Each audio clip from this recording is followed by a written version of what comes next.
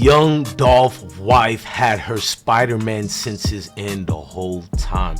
Ladies and gentlemen, there was a video played a few months back right after Young Dolph tragically lost his life, but his wife stood by his side. She's a real one, y'all. She been had the intuition that these folks in the city was up to something no good and something was gonna happen to man. I want y'all to listen to her video as she give her testimony. This was played already, but edited in detail so you could listen in and what she's trying to let y'all know. She was not ready to lose him, but ready. Pitted against one another, and that system that fuels us to stay pitted against one another and looking at each other like we each other's enemy. It's like we just hate, and we look at that other person that looks so much like us, and we hate ourselves so much that we spew out that hate, and we do so much damage. We create so much hurt within the lives of others. That system needs to be broken, man. Like, it really does. And I don't know what it's gonna take. I don't know how to do it. I don't have the answers, but I do know it's something that is serious, and it's something that we as the Black community, that we need to come together in solidarity, like we were able to get so many other people to join our movement and come and become one with us. We need to come together as a Black. Now I'm gonna show y'all a video of Young Dolph's beautiful queen. Dolph Beautiful Queen speaks on his existence and speaks on the things before he died. The video you're watching, it's moments before Young Dolph died, and his wife does a beautiful statement, you feel me, about everybody. It ain't just for Dolph, it's for all of us, and how she feels about her husband before he died. Remember, keyword, before he died. So let's listen to the beautiful queen as she give her synopsis on what's been going on out here in these streets. Place, you know, just a lot of different emotions from everything that I've experienced, and like I've been trying to make sense of so much, right? I've been trying to make sense of like just where we are in the times, like in terms of like everything just seeming so hateful, like from police brutality to like non-Black on white crimes. But then like I had to face a tragedy within my own like household, or not household, but my family dynamic, and we experienced Black on Black crime. And for me, that was like something else. It's like we getting all of this hate from all over, from all of these different areas, and then we give that same hate to our own people within our own community, right? And it's just so messed up, because it's like I'm seeing these protests going on as I'm mourning and grieving my brother's loss, you know, and I'm just like, man, like we shouting loud, we're fighting hard for our voices to be heard, for non-Black people to respect us and to realize and acknowledge that Black lives matter, because I do believe, I'm Black, I do believe Black lives matter. But I'm like, what about to our fellow Black peers and just our community? Like, why don't we treat our lives like we matter amongst one another? You know, like I know more people that have died at the hands of a Black person committing a crime against them than I do personally know someone who's been murdered, or, you know what I'm saying, attacked by a non-Black person. And although I know I'm not trying to diminish the value of, you know, us experiencing police hate crimes and, you know, police brutality that's driven by racism or whatnot, I'm not diminishing that, but it's just still very hurtful to me that even once we get a conviction, or we get bills to be put in place to where non-Black people have to value our lives, what about what remains within our own communities where we don't value each other? And so it breaks my heart, because literally my heart is broken, because I lost such an important person to me due to a senseless crime, you know, and it was his Black brother. Like they even discussed, my brother even tried to be like, look, we're gonna be responsible men, we're gonna handle this decently, let's come up with an agreement. He tried to do that, and that wasn't good enough. It's just death over honor, you know, like literally that's the code that people live by, and especially within our community, and we hurt each other time and time again. And I'm just like, what are we gonna do about that? Like, I've never experienced this type of pain before, but I know it's so many people that have. They've experienced this, and I'm just like, what can be done? Literally, I was just watching, a news clipping where someone pulled in front of a house and let off like 70 rounds, right?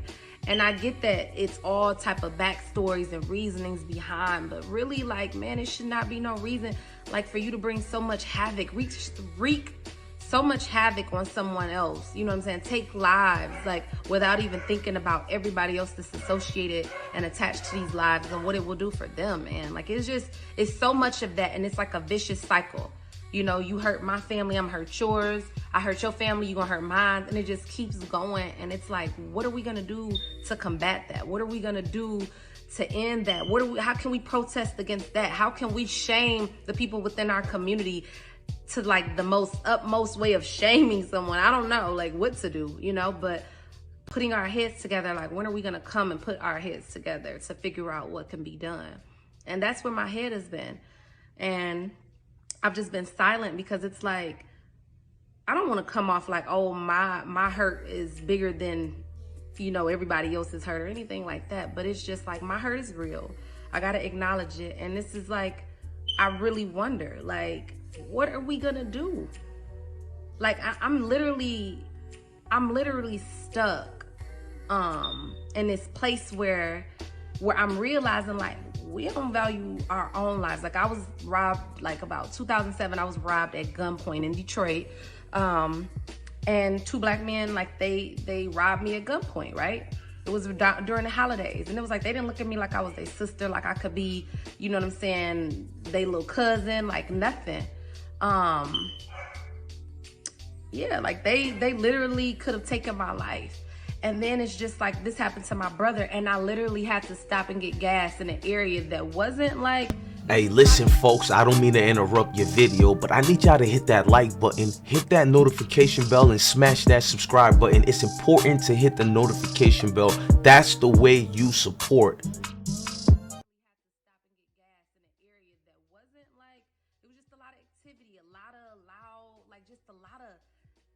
A lot of commotion going on, right? And I literally felt so unsafe. Like, it was like the engines was revving real hard and people hanging out the window saying stuff, and I got so nervous, so much anxiety. I was scared. Like, I'm a black woman and I'm in a black environment and I'm scared. I'm literally, like, my heart was beating. Yeah, it could be from my trauma, but I'm like, at the end of the day, I realized that my life could end in an instant over someone who may just want to take it and not see me as one of them, not see me as anything of value. My life could not matter in like a blink of an eye, and that's scary to me. Like, I literally, and I hate that because I love my people. Like, I'm the type of person that, like, I want to be amongst my people. I want my kids to live amongst my people, like, and to feel proud of where they come from and be proud to be black. But you say that, and in the same instant, you can sound like a hypocrite because you scared for your life around your own people. But it's like, it's a why. Because my own people will literally draw blood, like, take my life and not think shit about me. And that's the problem. That is a problem. I'm like, what do we do about it? Like, I understand that why. I understand that it's a system that created us to be so against one another, but we got to break that system too. Like, we have to. It's a system that's been created for everything that we endure as black people, but we got to break those systems. Just as we want them to break their systems and the way that they deal with us and the way that they can abuse us and handle us like police, I feel like that's a system that we trying to go against. I feel like it should be another system that we should be tackling. And it should be the system that keeps us pitted against one another, and that system that fuels us to stay pitted against one another and looking at each other like we each other's enemy. It's like we just hate, and we look at that other person that looks so much like us, and we hate ourselves so much that we spew out that hate, and we do so much damage. We create so much hurt within the lives of others. That system needs to be broken, man. Like, it really does. And I don't know what it's gonna take. I don't know how to do it. I don't have the answers, but I do know it's something that is serious, and it's something that we as the black community, that we need to come together in solidarity, like we were able to get so many other people to join our movement and come and become one with us We need to come together as a Black community in solidarity, and we need to stress to one another and get our people on board to, like, our Black lives matter to one another. Like, our Black lives matter. You my sister, you my brother. You could be my grandma, you could be my mom. Like, you could be so many people in my life that matter. Like, our lives matter. And that's just what I want our people to kind of consider and take into, just think about, just simmer on. It don't have to be no dispute. We don't got to go back and forth. It's not meant to be controversial. As controversial as the topic is, I'm not bringing it to be controversial, to go in a debate of the whys and everything like that. I'm acknowledging that a problem still exists, and I'm saying that some way, somehow, we have to come together and figure out a solution, because I don't wish this type of hurt on my worst enemy, and I don't even have enemies. I can't even say that I have a genuine enemy, because I don't have that much hate in my heart to really give somebody that much power over me to say they're my enemy.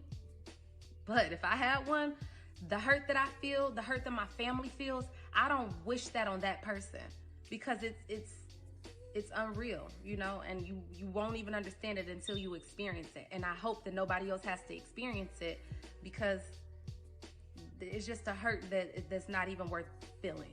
So I just had to get on here and just say that. The last thing I wanted to say is that I have been notified that the guy who assaulted my brother, he is in police's custody. So I am super excited about that. But this guy was found hiding behind a furnace in somebody's upstairs attic. And my thing is this, like, you do such a bold crime, and then you turn around and you're hiding. You're so cowardly that you're hiding, trying to just save your life. Took somebody else's life, but you're hiding behind a dang on furnace, man. Hiding behind a furnace, like, that's ridiculous. That's senseless. That's ridiculous. That's selfish. That's just, man, like, I'm speechless from that. So on one side, my family is elated that, you know, this won't be a cold case, but at the same time, it's two families being affected. One, because one is about to be behind bars. One, because a life was taken that can never be replaced. It's like, we got a victory. Yeah, that person was picked up there in police custody, but on the flip side of that won't even bring back our brother, a husband, a son, a father. Like, that opportunity is not here anymore, and it's hurtful. And so I just had to get on here and just speak my piece, because I've been wanting to speak, but literally I couldn't even form my thoughts for so long because they were so overwhelming. So thank you for all of your prayers. Thank you for all of your support. Please continue to donate to Car King Jay's Memorial Fund, just to help the family, just to at least, until everything settles, the dust settles, the finances are all sorted out, that they can have a peace of mind that, hey, you know, you are being supported. It's okay. You know, like, you don't have to just worry about just trying to keep the business afloat so hard that you forgetting to, like, cry, you know, like, you gotta mask everything, you know, like, I want my family to be able to allow a little time to breathe, a little cushion to be able to breathe. And that's why I'm asking for your support, and just to keep them lifted in prayer, because they deserve that. They didn't deserve this situation. And I just pray, I'm praying for the healing of the world. I really am. That's my prayer, to heal this wicked, vicious, vile world. So, thanks. It's like, we getting all of this hate from all over, from all of these different areas. And then we give that same hate to our own people within our own community, right? And it's just so messed up, because it's like, I'm seeing these protests going on as I'm mourning and grieving my brother's loss, you know, and I'm just like, man, like, we shouting loud. We're fighting. you can see how strong her love was for Dolph and what she's been through or whatnot, man. Look, man, go support that family for real and understand this was more than a loss for the city as well. This was kids losing a father, a partner losing a partner, you know what I mean? And I want y'all to think about that, and as y'all leave here, stay blessed. Love your family, love your kids, and always stay blessed, gang. I truly mean that. And I know we'll move forward, but the pain will never be forgotten because it's still gonna be there. It's a burden every day to get up, guaranteed.